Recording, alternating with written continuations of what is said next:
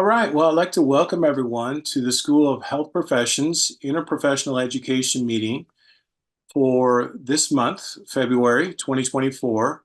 I am excited about our speaker today. I've had a chance to learn more about the All of Us research program that is sponsored by the National Institutes of Health earlier last month. And I think Mary McHugh also had a chance to speak with them. It's an exciting initiative that is going on. Tonight, our speaker from the All of Us Research Program is Monica Rodriguez. Monica is a senior director at Pyxis Partners. Now, Pyxis Partners is the organization that is leading the engagement for the National Institutes of Health. They were selected of a competitive process of organizations to help with the recruitment for the All of Us Research Program. I think you'll be excited to kind of learn more about this opportunities of what the All of Us Research Program can provide for both National University students and faculty to both share as well as get access to data sets for a very, very reasonable cost. And I don't want to speak too much to it, but it is cheaper than some of the larger databases that I know we have to pay large fees for to get access to. So on that note, I'm going to mute myself and turn the floor over to you, Monica. Go ahead. Great, wonderful. Well, thank you, everyone. I will just say briefly, my pronouns are she and Aya, and I am delighted to be here to share a little bit about the All of Us Research Program. So I'm going to go ahead and jump in. I do welcome you to put your, questions in the chat if you have any, and I will try to field them as we go, or we will also have some time for Q&A at the end. So to get started here, there we go. All right. Give me, see, after all that practice, and there we go. So the All of Us Research Program is, our mission really is to enroll 1 million or more people to be able to share their health data so that we can create a biobank and a database that would then be available to researchers to help accelerate research outcomes. Now, this all falls under what is the Precision Medicine Initiative. So, back during the Obama administration, although this is a bipartisan initiative on behalf of the White House, this is part of the 21st Century Cures Act. That's where all the funding comes from. And we have been going strong for, about 7 years now total, but really doing recruitment of participants and collecting data for the last 5 years. And for the last 2 to 2.5 years, we actually now have a data set that is available both to the public and to researchers. So I'm excited to share a little bit more about that today. But just broadly to share, precision medicine is really looking at these different kind of variables in what could make us healthy or sick. And so we're looking at lifestyle, socioeconomics, environment, and biology. And you'll see that as I walk through kind of what data we collect, you'll get a better understanding of how those things come together in our data set. So some of the unique pieces of about this program and why we're really helping to usher in a new, a new way of doing research in an era of big data. Is that there's, starting from left to right, really that idea of partnership and working to recruit 1 million or more people who really, in terms of the reflection of the diversity of the United States, we want to be able to see that in the data. Now, that is not only in respect to race and ethnicity, but as you can see in the center here, we want to deliver one of the richest biomedical data sets that's available, to researchers. And so when we think about robust data, we're not just thinking about data that reflects race and ethnicity, but also age, income, education, rural versus urban populations, sexual and gender identity. And so those are just some of the things that we are trying to ensure that our data set is representative of. And then lastly, this idea of catalyzing an ecosystem. So really, for the first few years of the program, we have worked very closely hand in hand with community and provider organizations across the nation, and in Puerto Rico, to ensure that there is that effort and those trusted voices that are helping to get out not just the message of participate in this research program, but for many communities, it meant first doing that kind of foundational work of through trusted voices to say, why is research important? Why is representation in research important? And we're really, delighted with kind of the response that we've had so far.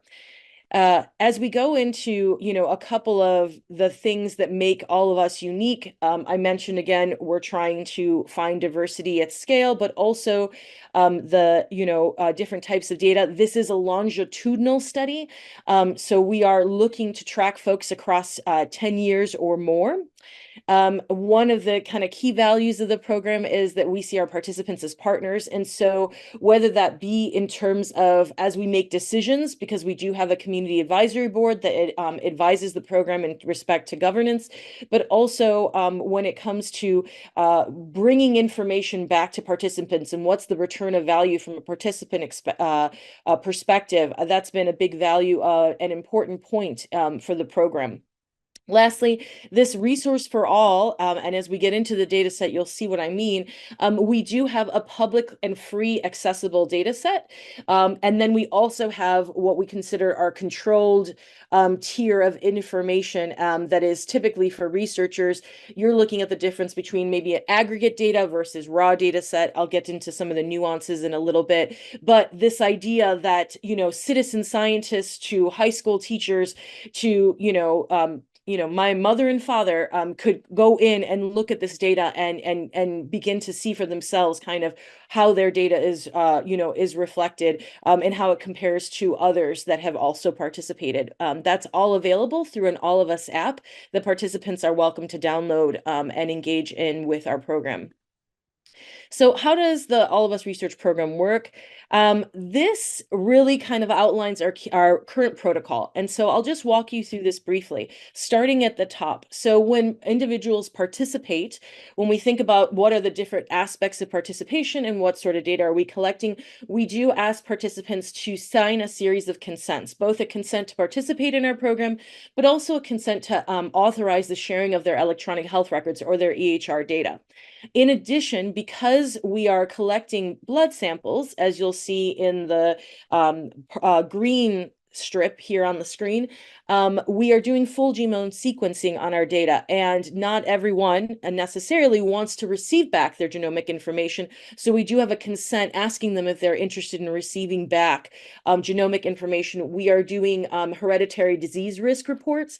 And so for that reason, we definitely want to make sure that individuals have consented to receive back information.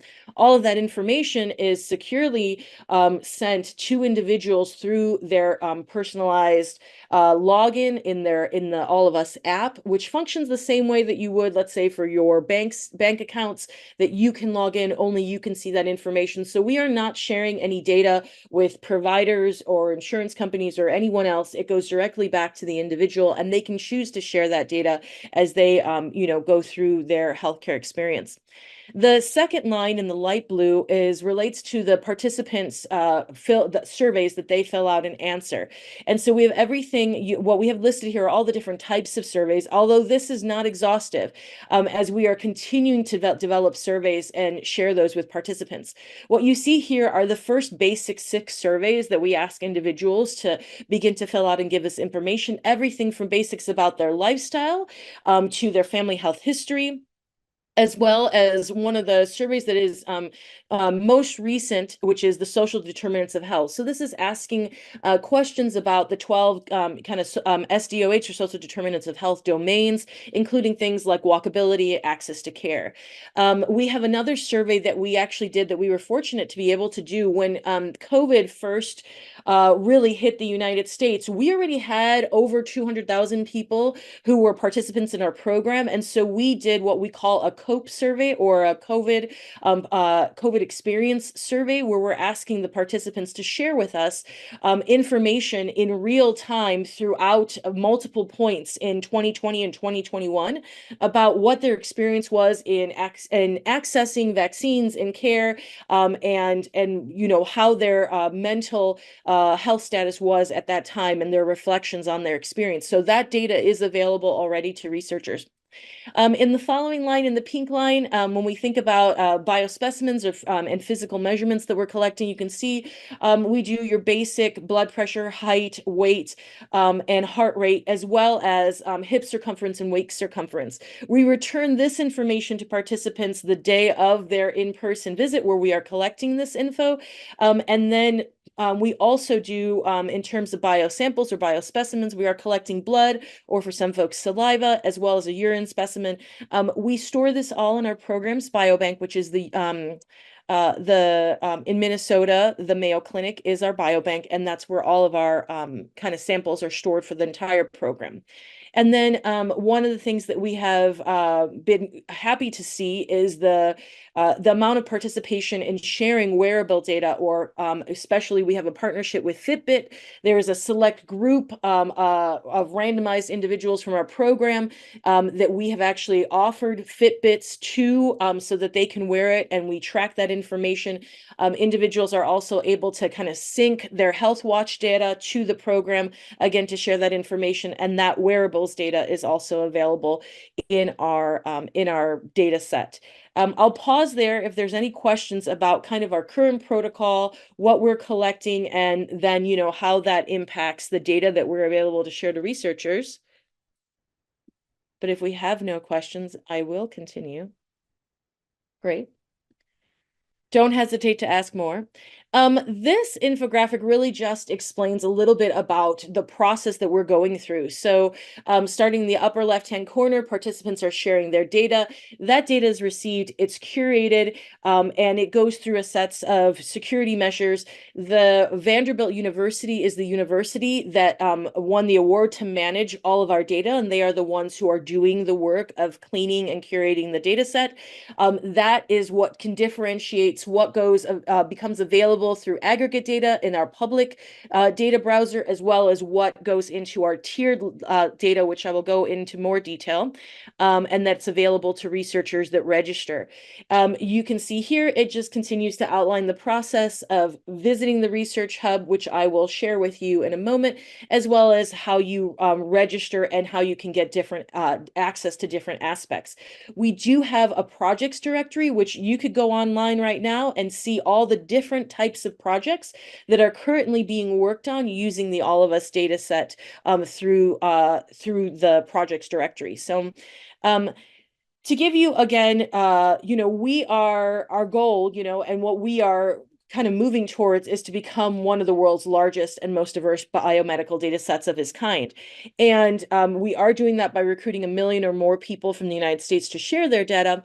As of January 2024, All of Us has more than 750,000 people that are enrolled, and over 516,000 who've actually completed the initial steps of the program. So these, the figures that I'm sharing with you verbally are actually updated as of today.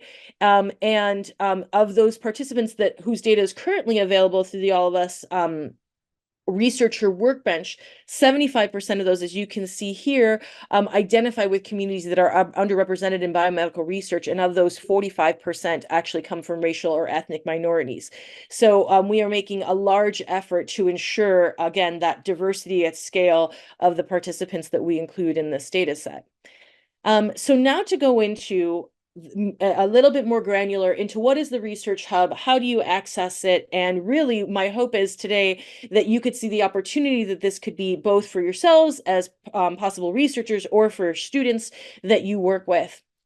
So the All of Us Research Program's Data and Research Center, what we call the DRC, that again is managed by Vanderbilt University, they're the ones who curates these different types of data types. And you can see here these data numbers are as of April 2023. I mentioned that only because our data browser, the place where the public data set is, that gets updated about twice a year. But the researcher workbench, where you have to register and just be a registered user, have gone through kind of the process for ensuring that you are going to abide by, ethical standards in using the data. That process that is updated more frequently. So this data really reflects kind of the public data that's available today. So you can see here we have everything from over 400,000 survey responses, over 300,000 physical measurements. We do genotyping array. There are electronic health records that is being pulled on a regular basis from participants that have shared their permission to pull that health data, as well as the whole genome sequencing, Fitbit records. And then some of the new stuff that we're doing as it relates to genomics is the structural variants and the long read sequences. And I will actually because it may be of interest to folks, I'm going to drop in the chat. We just had an article that was published this week in the Nature journal, and that really kind of highlights that genomic data component and may be of interest of you, especially if your research or your classes touches on that. So just to for a reference there. This again walks through the surveys that we currently have available and that data that is also available to researchers. So the first 6 surveys, which I already mentioned, the COPE survey, which was the participant experience survey that we did in real time during 2020 and 2021, as well as a COVID-19 vaccines minute survey, which was really trying to get a sense from the participants that we had at the time across the United States who was accessing and getting vaccines, and kind of layering that information with what we understood about our participants. I will kind of share you briefly. I mentioned the 12 different domains as they relate to social determinants of health. So we have questions that are touching on these different areas. And you might want to, you might be wondering, well, what are these questions? You actually have access already to view what are the questions that we're asking, and I will show you where you can go and see that within our research hub in case you're interested. But I think this data around SDOH is very interesting, from everything from public health classes to, any kind of classes that touch on the impacts of, social determinants of health in different areas, and across different industries or whatnot. I think there's a lot of relationship with, obviously, climate and the implications of the environment and environmental changes on individuals and their healthcare. You start to see that in some of these, and it's actually been very interesting data to be able to look through. The next thing I wanted to show you here was the data from our COPE survey. So this was, again, our COVID participant experience survey. You can see about how many people, which was about half of what we had, there were already participated by sharing their surveys and responding to surveys. You can see the different topics that we tried to cover in understanding how folks were experiencing the pandemic, and then specifically as it touched on mental health. Moving to the next slide here, as you can see, and you can read in particular from the article that was done in Nature, that in terms of, our genomic data, we are kind of running neck and neck right now with the UK Biobank in terms of the amount of data that we have available, and the variety. And you can see here that it mentions on the left-hand side, it's only available to the control tier.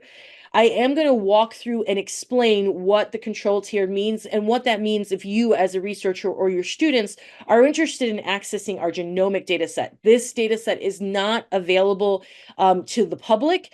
It is available to researchers who register and who kind of go through the process of becoming a researcher using the All of Us data set.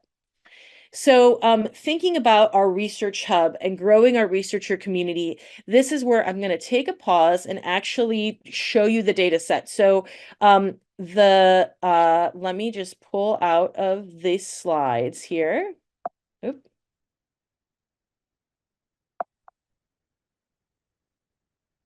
Hold on a moment.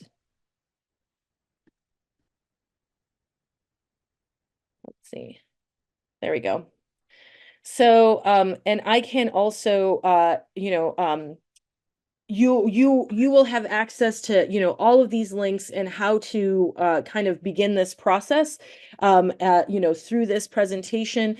And I know Dr. Eggleston is kind of has all this information already and available to share with you. But once you land on our researchallofus.org site, there's a couple things that I want to share with you. I'm going to share first this data snapshots. This link really gives you an idea of and in real time, kind of how we're doing in terms of what type of data is available. So it's updated frequently with where we are at in terms of our data collection. We do have some spotlights on different types of research that's being done by some of our researchers in our researcher workbench. This also links you immediately to the projects directory. This is where you can search for different types of studies and see what folks are already doing in the data set. But the place that I want to really focus on right now are these two. So if you think of the Research Hub as this kind of larger umbrella, the data browser is the free, open to the public, accessible arm of our researcher workbench, and the of the Research Hub, excuse me, and the researcher workbench, which you see here at the bottom, that is the one that requires someone to register. And the difference is with the data browser, we're talking about aggregate data. With the workbench, we're talking about raw data, and there's many opportunities to kind of build your own cohorts, et cetera, with the workbench, which we'll go into. So if you want to use the data browser, one of the things that a lot of folks can do is they can use it to see whether or not the types of data they're interested in is actually available in our data set. So it is something that researchers can use to type in a keyword, maybe it's, oops, let's see here if it'll let me type while I'm sharing screen. Maybe not. But you can go in and type a word, type cardiovascular, type, a different specific disease, and you will actually see how many hits you get based on that one. So this gives you the broad overview in terms of what we are collecting, where we're collecting it from, and then what it's classified under. So EHR domains is the electronic health records. You can see all the different conditions, drug exposures, lab measurements, wherever the hits are for a particular thing. This is what we've been pulling and how many participants' data is included in it. You also can see the genomic data that we have available, the measurements and wearables, the data that's available, and the survey questions. And I'm just going to stop here to kind of show you. If I click into, I'm under social determinants of health, and I click view complete survey, I can actually download the full survey questions to see everything, but you also can click in here. So let's see a question, for example, like, people in my neighborhood can be trusted. You click into it, you can see how many folks answered the question, 117,800. What percentage of those agreed, felt neutral, strongly agreed, disagreed, decided to skip the question, and strongly disagreed. And so all of this is kind of available for again, anyone. This is the public website to look and see. But you can also really see the types of questions. So, people in my neighborhood take good care of their houses and apartments. Click on that. You can open it up, see what the percentages are for who answered it. And you can even see a little bit more information. One of the things that is unique about the All of Us data set is that we really do ask individuals when it comes to topics regarding sexual and gender identity to be able to share with us, whether or not it's their sex assigned at birth, versus sexual identity. And so that is part of the information that you're able to kind of view as you scroll here. So this is, again, I am in the data browser. I am in specifically looking at the social determinants of health survey, but every single survey that we have available and that you can see here, you can download and look at what all the questions are. This is great maybe if you're teaching a class on how to develop, a research project, how to develop questions, and all the kind of ethical considerations I think that even can go alongside developing and doing research with individuals. So the next thing I'm just going to show you, and I'm moving up to the top. By going through the data and tools, you can easily see the different aspects, the different places where you can look. So the Survey Explorer, I'm going to head to the Workbench now. And this is, again, that place where we have the data that is you have to have access to be able to use it. So all of this is cloud-based. We use the Google cloud-based platform. And so when it comes to looking at the data, there is no charge. There's no charge to register. There's no charge to go in and actually look at the data. The place where there are associated costs really comes down to the computational credits that you might need depending on what type of data you're crunching. And that is all directly with the Google Cloud platform. It's not the NIH or not all of us specifically that is, monitoring that or measuring the quantities and putting a dollar sign on any of those. But some of the benefits of using the Workbench and what you and your students could have access to is, first of all, we have workspaces. And this is where an individual can access, store, and analyze the data. These can be collaborative spaces, so you can have multiple individuals who have a shared workspace, which that collaboration piece is pretty nice. We also have notebooks. Currently, R and Python are the two kind of analytics platforms that we use that are available to use with the data, because you cannot download the data onto your computer. You have to work with it all in the cloud. But we are very close to bringing SAS on. If not, it's like already in the process of bringing SAS on as another platform, which has been really exciting and has been a request for a while. So we're excited to be able to do that. We have a data set builder, and this is where folks can kind of, just like with the cohort builder, you can create your own cohort that you want to study that's specific. And with the data set builder, you can search and save the collections that you have built. And then there is a user support hub just for users of the Workbench. I'm going to flip back to my slides just so, oh, let's see here.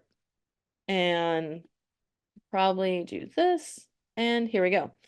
So again, the public tier, what's available to everyone is that data snapshots, the data browser, the Survey Explorer, and the research projects directory. That you could tomorrow bring that into your classroom and start sharing that and allow them to kind of point and click and learn as they go, versus the researcher workbench. Now, this is where we get into some of the more controlled or restricted data. So we have tiers of data in our Workbench. We have a registered tier. So once you register, you automatically have access to a broader array of our survey, EHR, and then physical measurement and wearables data, as well as then our control tier, which this is where, as you have an institutional agreement, you get access to our genomic level data and then some of our health and lifestyle surveys. Now, all of this data, we are careful, and we asked researchers to be, considerate of that we are under that 1 million number. And so we want to be very careful of participants' privacy and ensuring that no one can kind of figure out whose data is in there. So they've taken, the precautions that you might expect in terms of date shifting, or rounding up right now to the nearest 20. When we first opened the data, the research hub, we were only sharing state level data. We are now to the last 3-digit zip code data. And eventually, as the data set grows larger, we expect it to grow as well. I'm going to move on here. I'm almost done with what I wanted to share, and then I'm happy to take questions.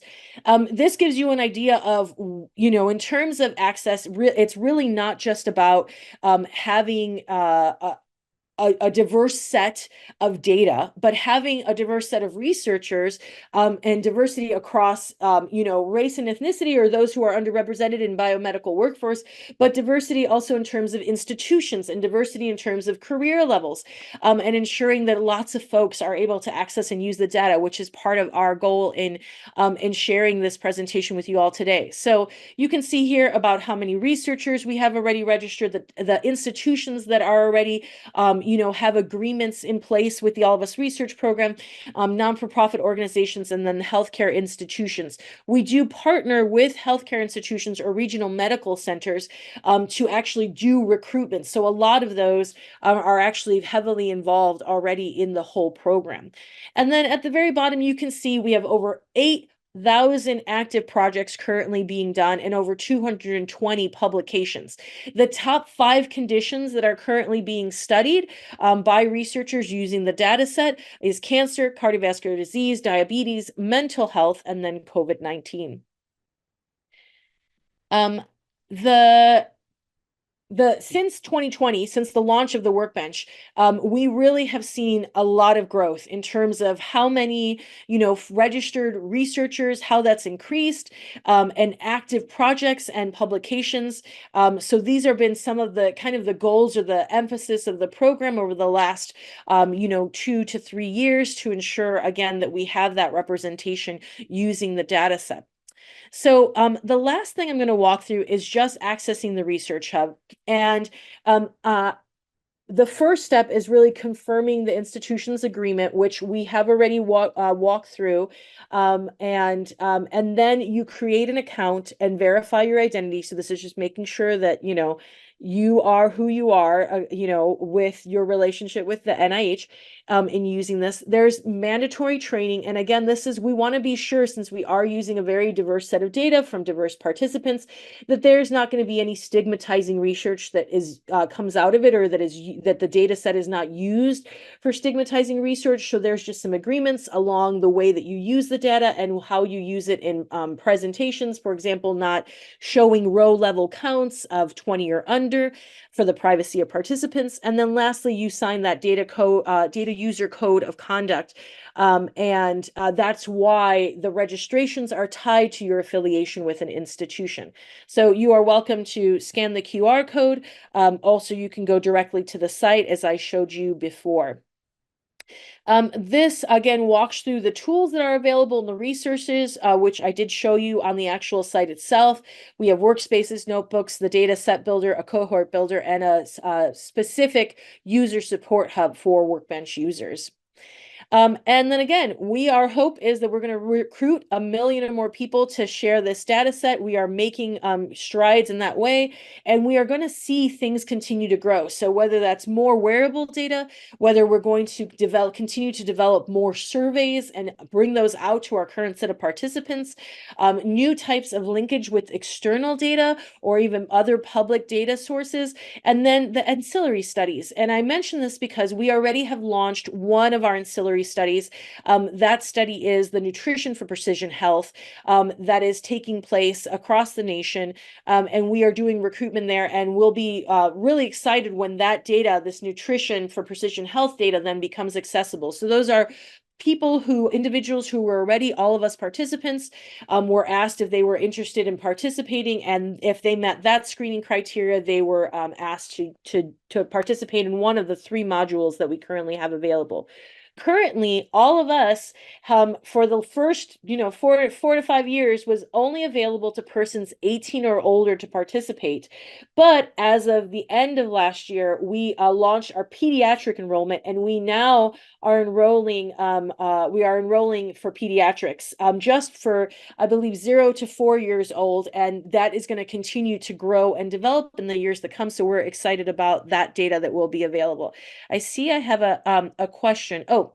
And Linda, thank you for your question. I will address that in one moment. I'll actually show everyone.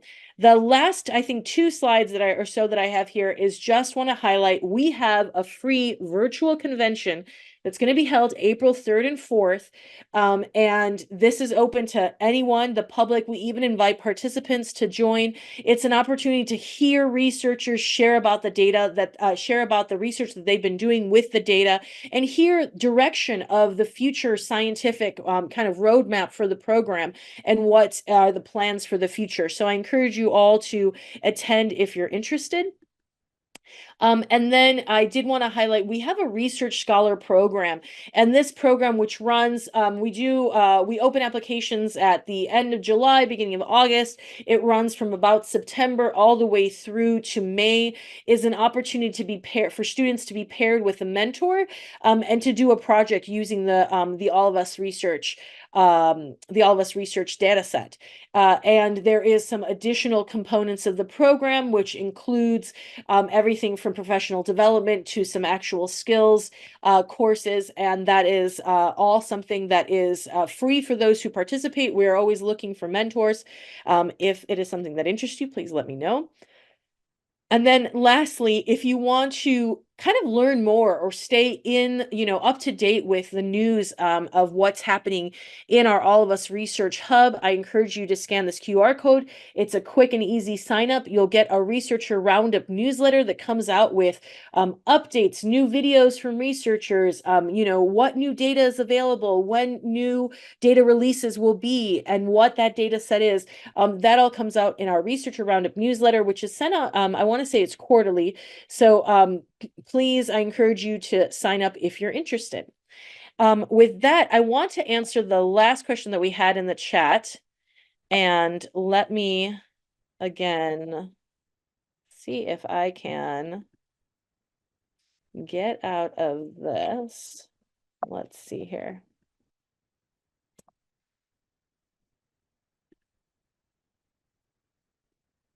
Here we go.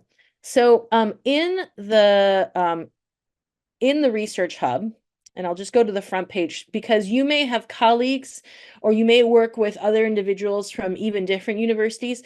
The way that you can look this up is you can go to registered institutions, which also happens when you register for access. So this walks you through how you register for access, which I had shared on the slide. But this is the data user registration agreement, or the DURA, that every institution has to sign. And so what's, very easy here, and we'll give it 1 second. Oh, give me a second. That might just be my internet. Oh, interesting. There seems to be a little glitch, which I will have to let them know about. But typically, you can actually click into here. It will take you directly to see, you can enter your institution name and see what level of agreement your institution has. In this case, we do, I believe we already looked it up, and National already has it. So that's one of the reasons why we were excited to share more with all of you. I do see that there's another question. Oh, yes. Hi, my name is Joyce Williams, and I'm a doctoral student in the School of Technology and Engineering. I did the DURA for National University. Oh, well, there we go. I did. So I did that last year, and I just wanted to say, because I may have to hop off to tell Dr. Brandon that I'm available to talk to him about it, because I needed some data, and I know that you need to have a DURA, and National University did not have a DURA. So I filled out all the paperwork. I did everything. So we are already at tier level 3. We have everything that's we need to do for people to jump right in there. So none of the paperwork and any of that stuff needs to be done.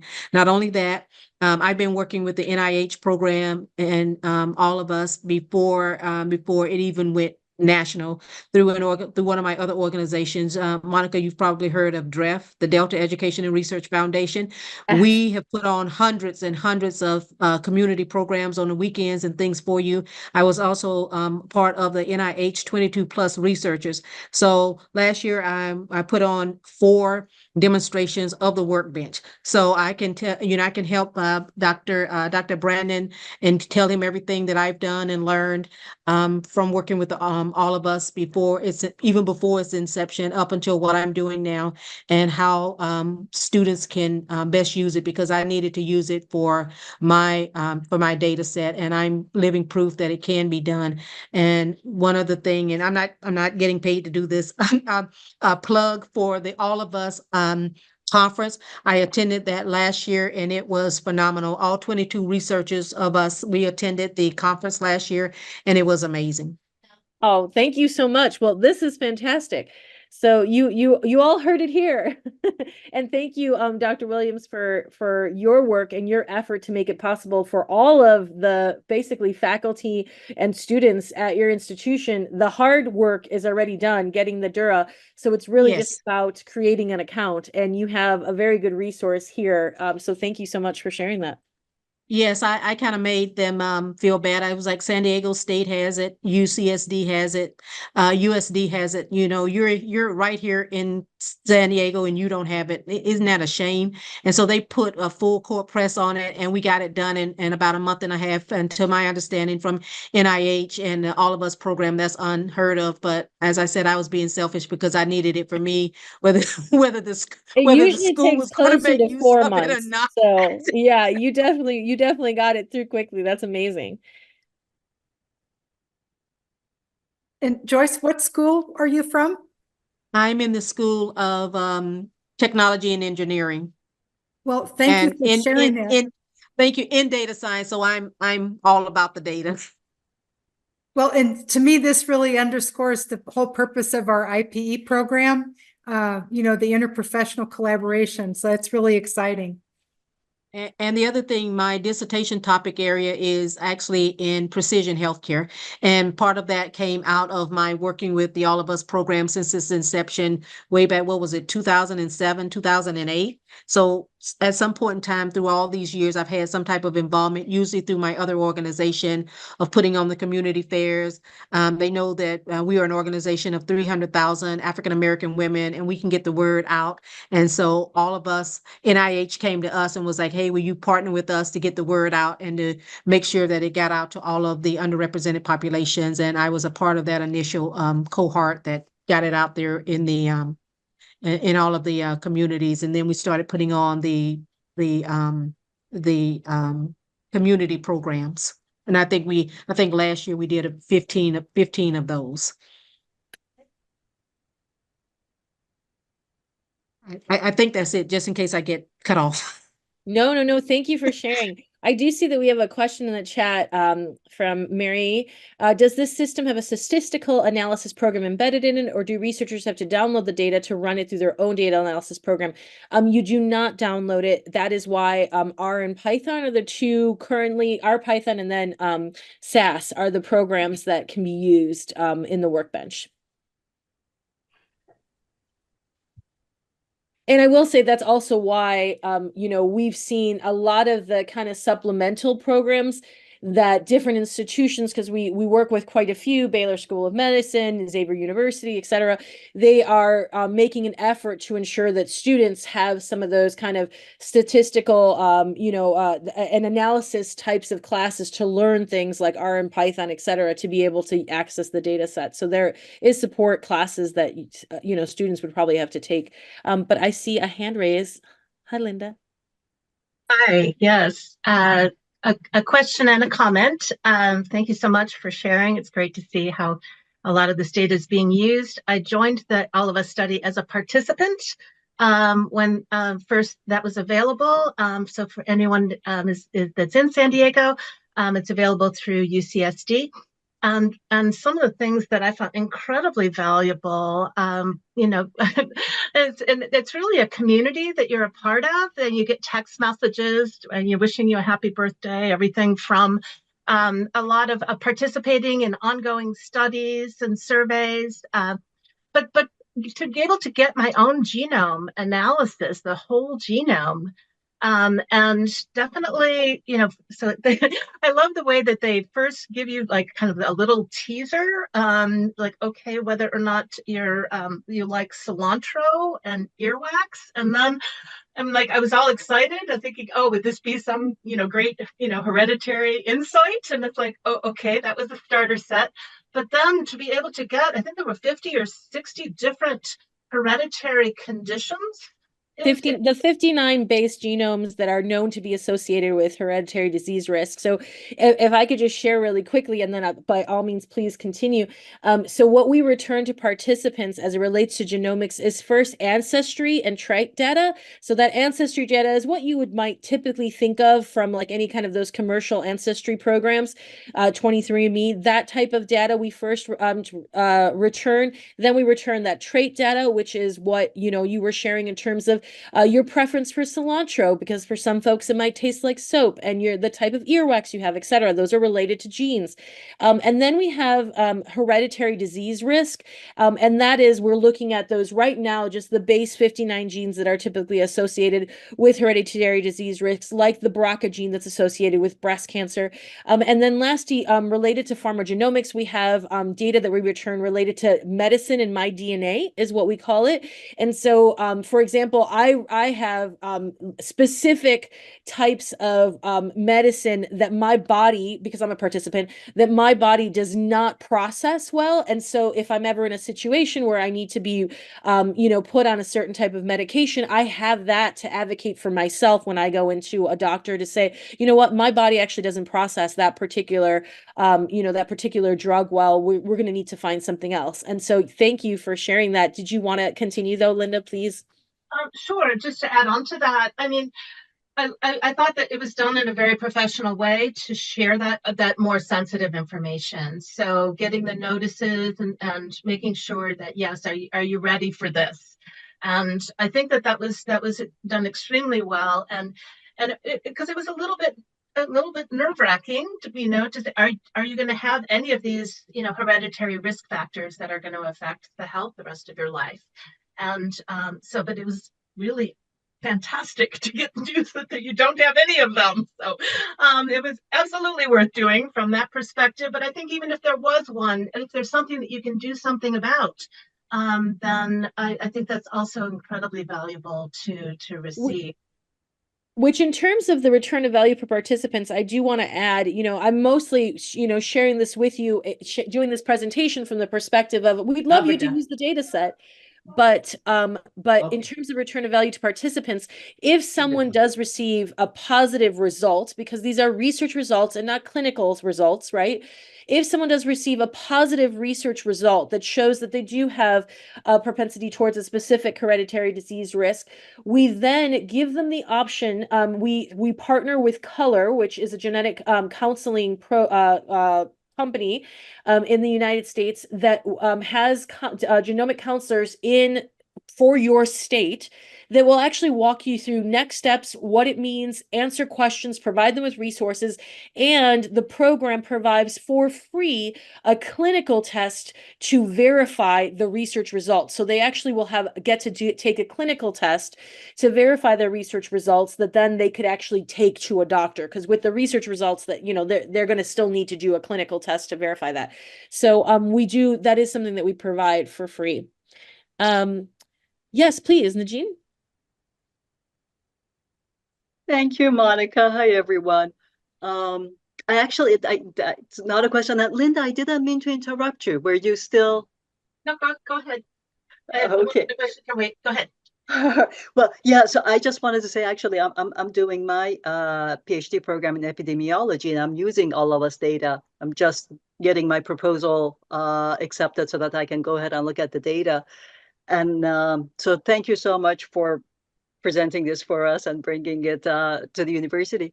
And I just wanted to comment on that. And having looked at the data and the number of questions that the participants have to go through and answer, it is a wealth of information. And not listening to Linda, maybe I'll consider being a participant as well as a researcher.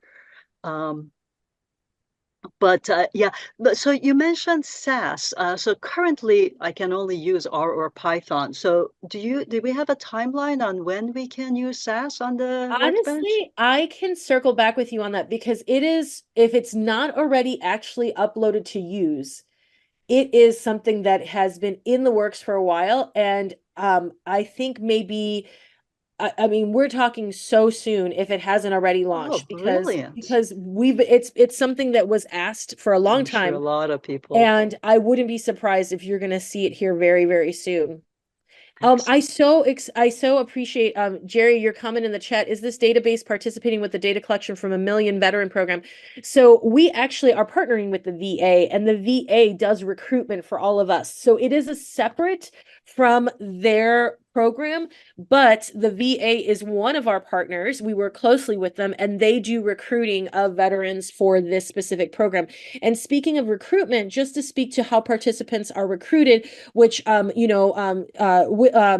already alluded to, we work with a network of community and provider partners. And so everyone from the Delta Research and Education Foundation, to the National Hispanic Nurses Association, to the Association of Nurses in AIDS Care, to local groups of LGBTQA plus organizations in different states, to the APHA, the American Public Health Association, the Rural Health Association. These are all partners that we actually work with to get the word out, to recruit participants. And depending on where individuals are located, for example, in California, we have regional medical centers that are actually the places where you can go in person and participate. We do have some other states where there isn't a regional medical center that's participating, but we do have federally qualified health centers, or FQHCs, that are also helping to do this, as well as we work with Quest in certain states to use blood banks to also do the data collection. So it just is, it's very personalized to where you are located. And when you download the All of Us app and you enter in your zip code, it will direct you to what your options are for participation. Any other questions? I'll chime in, but if someone else has one, please, since I've already had my turn. But the general question on AI that kind of is related to what you were sharing with the ability to actually do analysis. I mean, some of this data is obviously lower risk and other data is higher risk, and in terms of the de-identification and potential re-identification. But beyond Python and R, I mean, and the analysis that's available there, is there any sort of a protocol yet for, maybe there isn't for generative AI, or some of the more predictive models, and leveraging some of the more robust reasoning engines of AI that are available to us now? So, as far as I know, that is not a direction that we have gone in yet. And everything, of course, is a process. And this is something that is, we are still collecting data, and at the same time, curating data and making available to researchers, and at the same time growing kind of the direction of the program. So it's not to say that might not be available in the future. I don't know. I don't believe we are using any of those kind of generative models, but I do think that the reason that SAS is, if not now, going to be available very soon, is largely tied to individuals like yourself actually making those requests to the program, and and giving them rationale and reasoning for why those things would be useful. So I would encourage anyone, as you are in the Workbench, or you're kind of browsing through the data, if you see things that would be helpful, or programs like you mentioned, or platforms that would be helpful, I think that is how that change happens, is just by many voices saying, hey, this would be a really great for us to use in X way. And then they just, kind of review the kind of safety of running, participant data through that. Yeah, and so certainly, extremely de-identified and lower risk data, I could see, particularly with guardrails around some of the models, but the real incredible benefit for being the reasoning engine that are just unprecedented elsewhere. So thank you. Yes, of course.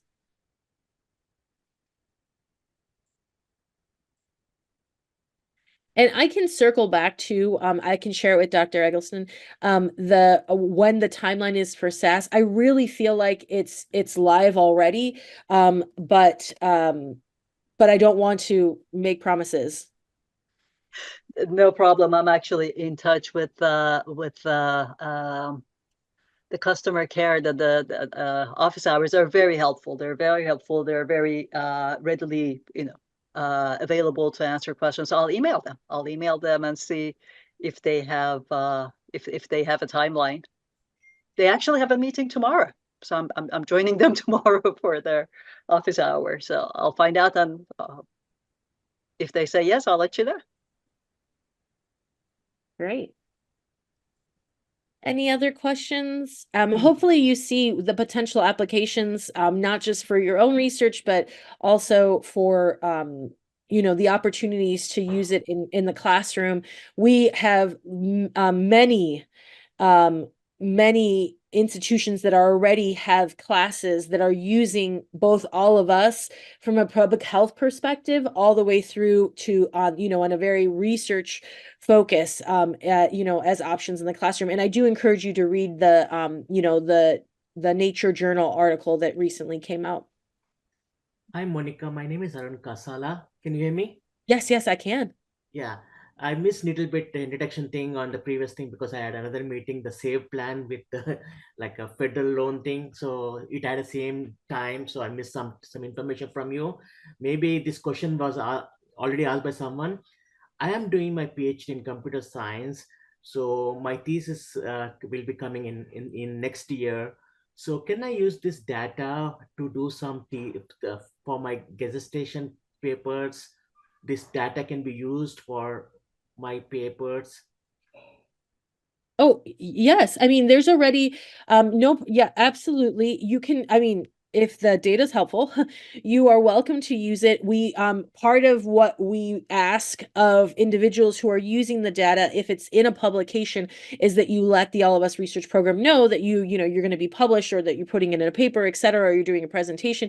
But yes, the data is available to be used. There are some guidance and kind of rules around what kind of data you are sharing. So again, it's that, you can't show row level data that's under 20, and that's just for participant privacy, things like that. But there is a full guide when you register and you walk through the kind of educational training pieces of using the hub that you walk through. There's a full list of what you need to be wary of. Yeah, this is the second question. So I seen that the registration paper, like how to register, the steps are there. So once I register, I get the more details. What are the things are there in the data sets, and how can I use those information? So I need to log in to see all this information about Yes. these. So what I shared on the screen was just the data browser, and you could actually see quite a bit through the data browser, but it's all aggregate data. So, and you can't like actually manipulate any of it. Whereas when you register as a Workbench user, you can create your own cohort. You can kind of save that data, and then you can use the computational programs to actually run your statistical models, et cetera, within it. So there, and then unless you're a registered user and have control to your access, you can't actually access the genomic data set. So that's the piece that is kind of the most private, so to speak, that you would need to have access to. But right now, today, you can go and look and start browsing through the data browser to understand the types of data that we have been collecting and what's available. I hope that answers your question. Yes, thank you, Monica. Thank you. Yes, of course.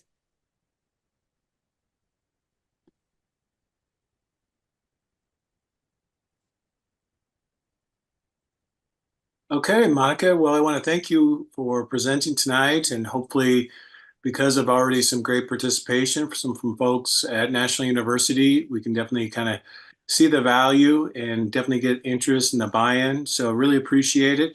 If anyone would like to have access to the recording, you can send me an email. My email is beggleston@nu.edu. If you can't find it, just Brandon Eggleston, PhD. You'll find my email on National University. Just make sure I add the PhD, because there's a few others out there.